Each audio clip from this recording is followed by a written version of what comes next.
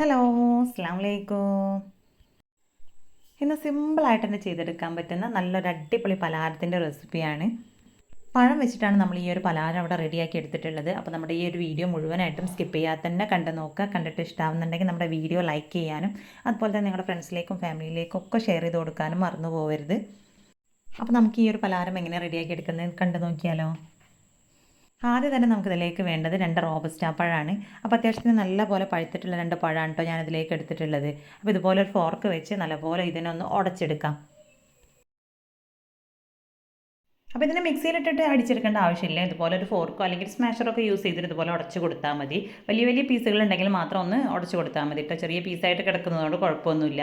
പിന്നെ അതിലേക്ക് ഒരു 1/4 കപ്പ് പാലാണ് ചേർത്ത് കൊടുത്തിട്ടുള്ളത്. അപ്പോൾ റൂം ടെമ്പറേച്ചറിലുള്ള പാലാണ് ഇതിലേക്ക് ചേർത്ത് കൊടുത്തിട്ടുള്ളത്. പിന്നെ 1.5 ടീസ്പൂൺ ഇൻസ്റ്റൻറ്റ് ഈസ്റ്റും മധുരത്തിനായിട്ട് ഒരു 1/4 കപ്പ് പഞ്ചസാരയും കൂടെ ചേർത്ത് കൊടുത്തിട്ടുണ്ട്. അപ്പോൾ മധുരം കൂടുതൽ വേണമെങ്കിൽ നിങ്ങൾക്ക് കൂടുതൽ അളവിൽ പഞ്ചസാര ചേർത്ത് കൊടുക്കാം. പിന്നെ നല്ലൊരു ഫ്ലേവർ കിട്ടാനായിട്ട് കുറച്ച് ഏലക്കാപ്പൊടിയും ഒരല്പം ഉപ്പും കൂടെ ചേർത്ത് പിന്നെ അതിലേക്ക് 1.5 ടീസ്പൂൺ ഓയിൽ കൂടെ ചേർത്ത് കൊടുത്ത് നല്ലപോലെ ഒന്ന് മിക്സ് ചെയ്തിട്ടെടുക്കാം.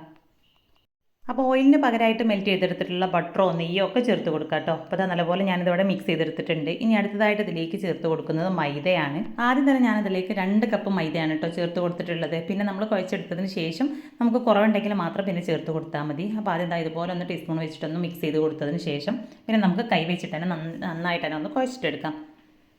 അപ്പോൾ ഇതിലേക്ക് ഒട്ടും തന്നെ എക്സ്ട്രാ വെള്ളമൊന്നും ചേർത്ത് കൊടുക്കേണ്ട ആവശ്യമില്ല. നമ്മൾ ആ ഒരു പഴത്തിൻ്റെയും പാലിൻ്റെയും ആ ഒരു നനവിൽ വെച്ചിട്ടാണ് നമ്മളിത് കുഴച്ചെടുക്കേണ്ടത്. അപ്പോൾ അതാ നല്ലപോലെ ഒന്ന് കുഴച്ചെടുക്കുന്ന സമയത്ത് ഇതാ നല്ലപോലെ ഒട്ടി നിൽക്കുന്നുണ്ട് കേട്ടോ. അപ്പോൾ നമുക്കിതിലേക്ക് കുറച്ചും കൂടെ പൊടി കുറവായിട്ടുണ്ട്.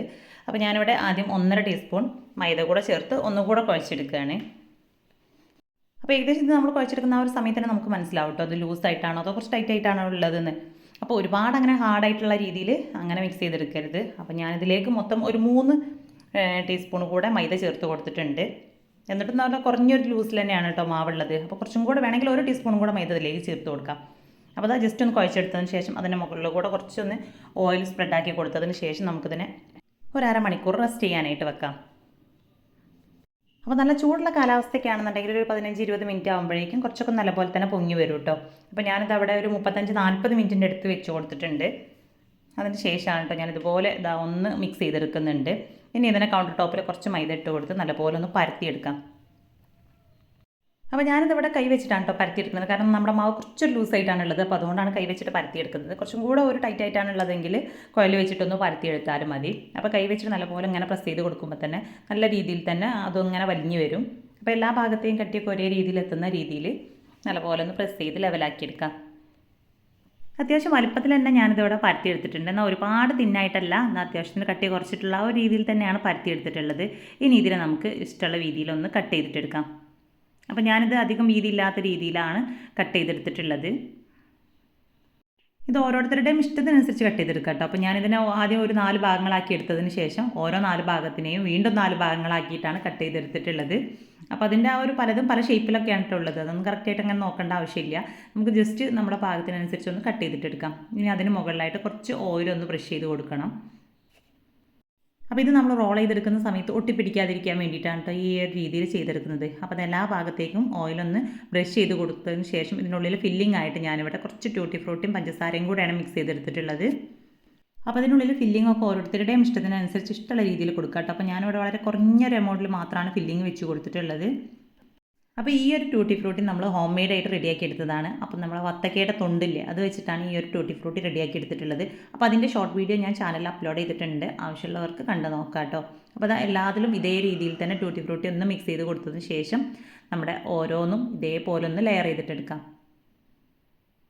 അപ്പോൾ ഇതിൻ്റെ ഈ ഒരു മാവ് ചെറുതായിട്ട് തന്നെ ലൂസായി നിൽക്കുന്നതുകൊണ്ട് തന്നെ കയ്യിലൊന്ന് സ്റ്റിക്കി ആയിട്ടുള്ള ഒരു രീതിയിലാണ് കേട്ടോ ഉള്ളത്. കയ്യിൽ ചെറുതായിട്ടൊന്ന് പൊടി തടവിയെടുത്തതിന് ശേഷം ഒന്ന് റോൾ ചെയ്ത് കൊടുത്താൽ മതി. അപ്പോൾ എല്ലാതും സെയിം രീതിയിൽ തന്നെ വീതി കൂടുതലുള്ള ആ ഒരു ഭാഗത്തിൽ നിന്ന് റോൾ ചെയ്ത് കൊണ്ടുവന്നിട്ട് നമ്മൾ വീതി കുറഞ്ഞ ആ ഒരു ഭാഗത്തെത്തുമ്പോൾ അത് നല്ലപോലെ ഒന്ന് പ്രസ് ചെയ്ത് കൊടുക്കുക. അപ്പോൾ എല്ലാതും സെയിം രീതിയിൽ തന്നെ ഞാനിവിടെ റോൾ ചെയ്ത് വെച്ചിട്ടുണ്ട്. അപ്പോൾ ഇത്രയും പലഹാരമാണ് കേട്ടോ നമ്മളിവിടെ റെഡിയാക്കി എടുത്തിട്ടുള്ളത്. ഇനി ഇതിനെ നമുക്കൊന്ന് ബേക്ക് ചെയ്തിട്ടെടുക്കാം. അപ്പോൾ ഞാനിതിവിടെ ഓവനിലാണ് റെഡിയാക്കി എടുക്കുന്നത്. അപ്പോൾ അതിന് പകരമായിട്ട് സാധാരണ നമ്മൾ കേക്കൊക്കെ ഗ്യാസ് സ്റ്റോപ്പിൽ ചെയ്തെടുക്കുന്ന അതേ ഒരു രീതിയിൽ തന്നെ ഒരു പാത്രം ഒന്ന് പ്രീഹീറ്റ് ചെയ്യാൻ വെച്ചിട്ട് അതിനുള്ളിലൊരു തട്ട് വെച്ച് കൊടുത്ത് അതിന് മുകളിലായിട്ടും നമ്മുടെ ഈ ഒരു പലഹാരം വെച്ച് കൊടുത്ത് നമുക്ക് ബേക്ക് ചെയ്തിട്ട് എടുക്കാം കേട്ടോ.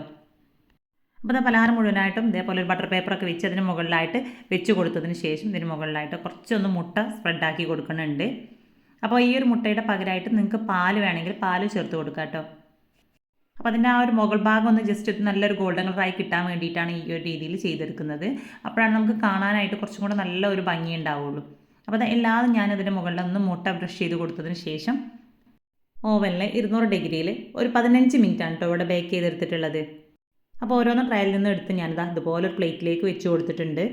അപ്പോൾ വളരെ സിമ്പിളാണ് ഇത് റെഡിയാക്കി എടുക്കാനായിട്ട്. അപ്പോൾ ഓവനിൽ മാത്രമല്ല നമുക്ക് ഗ്യാസ് സ്റ്റോപ്പിലും സെയിം രീതിയിൽ തന്നെ റെഡിയാക്കി എടുക്കാം. അപ്പോൾ ഞാനിതിലേക്ക് കുറഞ്ഞൊരളവിൽ മാത്രമാണ് കേട്ടോ പഞ്ചസാര ചേർത്ത് കൊടുത്തിട്ടുള്ളത്. അപ്പോൾ അതുകൊണ്ട് തന്നെ ഇത് കുറച്ചൊരു മധുരം കുറവാണ്. അപ്പോൾ കുറച്ചധികം മധുരത്തിൽ കഴിക്കാൻ ഇഷ്ടമുള്ളവരാണെങ്കിൽ ഒരു 1/2 കപ്പ് പഞ്ചസാര വരെ ചേർത്ത് കൊടുക്കാം കേട്ടോ. അപ്പോൾ ഇന്നത്തെ നമ്മുടെ ഈ ഒരു പലഹാരത്തിൻ്റെ വീഡിയോ ഇഷ്ടമായിട്ടുണ്ടെങ്കിൽ ലൈക്ക് ചെയ്യുക.